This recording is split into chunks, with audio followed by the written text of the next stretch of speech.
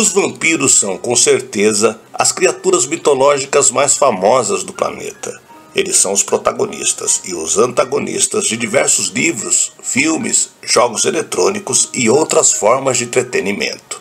Além disso, embora suas características básicas sejam preservadas, seus aspectos visuais variam bastante. Seja como for, essas criaturas sempre mexem com o nosso imaginário. Quase todas as culturas têm histórias sobre criaturas ou seres que retornam do além-túmulo para banquetear com os vivos durante as horas de escuridão. No Ocidente, o vampiro assumiu uma persona totalmente nova ao longo do último século. As raízes do monstro mais famoso da cultura pop remontam ao folclore do leste europeu. No entanto, criaturas semelhantes remontam a milhares de anos em várias civilizações.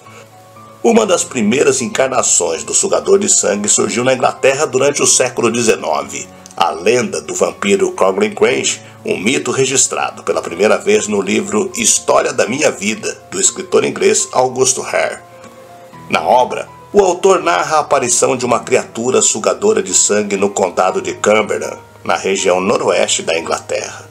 Ficou curioso? Então continue aqui na Hora do Medo. Eu sou Sidney Góes. Se inscreva no canal, deixe seu like e vem comigo que no caminho eu te explico.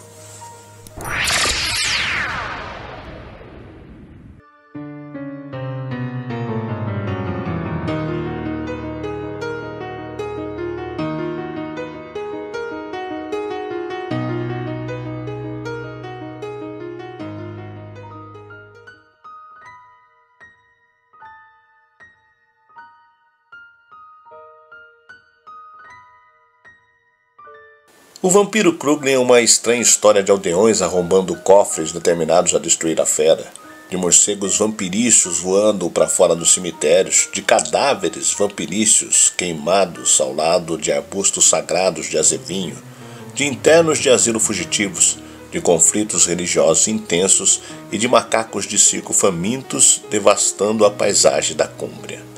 É também uma história que termina com uma janela emparedada e enfeitada com ferraduras da sorte, uma alteração projetada para impedir a entrada de criaturas semelhantes. A história do vampiro de Cloglan Grange tornou-se conhecida do grande público graças à inclusão em A História da Minha Vida, a autobiografia de Augusto Hare, que viveu entre 1834 a 1903. Biógrafo, escritor de viagens e contador de histórias, Hare sentiu que a história de sua vida merecia 6 volumes colossais publicados em 2 lotes, em 1896 e 1900. Hare, como muitos vitorianos, gostava de uma boa história de fantasma e incluiu muitas em seus livros. Ele afirmou ter ouvido o relato fantástico do vampiro Cloglan durante uma conversa após o jantar com o capitão Fisher Hoover. Tendo impressionado o grupo reunido ao recitar algumas de suas histórias mais assustadoras, Hare ficou surpreso quando o capitão Fisher respondeu com uma história ainda mais assustadora. Fisher afirmou que sua família possuía uma casa grande chamada Cloglan Grange e que a lenda mais estranha estava associada a ela. Depois de se mudarem para Surrey, os Fishers alugaram a Grange, mas uma de suas inquilinas, uma jovem, logo passou por uma provação terrível. Ela se viu ameaçada por um vampiro de um cemitério próximo, um incidente que deu início à mais notável sucessão de eventos. A lenda conta que a casa chamada Cloglan Grange, em Cumberland, foi alugada a 3 irmãos, 2 homens e uma mulher, os Crowells. A construção erguia-se solitária numa encosta e tinha apenas um pavimento. No início do século XIX, a família Fisher se mudou para uma propriedade maior, deixando alugada aos Crowells. Todo o frio e longo inverno passou tranquilo para os inquilinos. Numa noite de junho, como a lua brilhava intensa, a irmã Crowell resolveu deixar abertas as venezianas da janela, mantendo a parte de vidro fechada. Sentada na cama olhando para o jardim, ficou intrigada ao ver 2 luzes amarelas movendo-se por entre as árvores. Logo percebeu que pertencia a um homem e que este agora atravessava o jardim e se dirigia à sua janela. Ela correu para a porta, que ficava perto da janela, e viu uma face hedionda com olhos flamejantes a fitá-la. No mesmo instante, notou que a criatura começava a abrir a janela. Por demais atemorizada, não se moveu quando ele alcançou o trinco e alcançou o peitoril da janela. A criatura segurou-a pelos cabelos e mordeu-lhe a garganta. Nesse momento, ela recobrou a voz e gritou: Os irmãos, dormindo em quartos separados, foram despertados por um grito agudo alto que parecia abalar as paredes da casa. Ambos correram para o quarto da irmã. Depois de arrombarem a porta, um deles ainda pôde ver o intruso a fugir pelo jardim e desaparecendo para os lados do cemitério da igreja. Miss Crosswell sobreviveu ao ataque, e quando ela ficou forte o suficiente para viajar, eles levaram-a para a Suíça para se recuperar no ar fresco da montanha, e por fim todos os três retornaram a Grove Grange, convencidos de que a criatura seria um maluco qualquer. O inverno seguinte passaram em paz e sem nenhum alarme.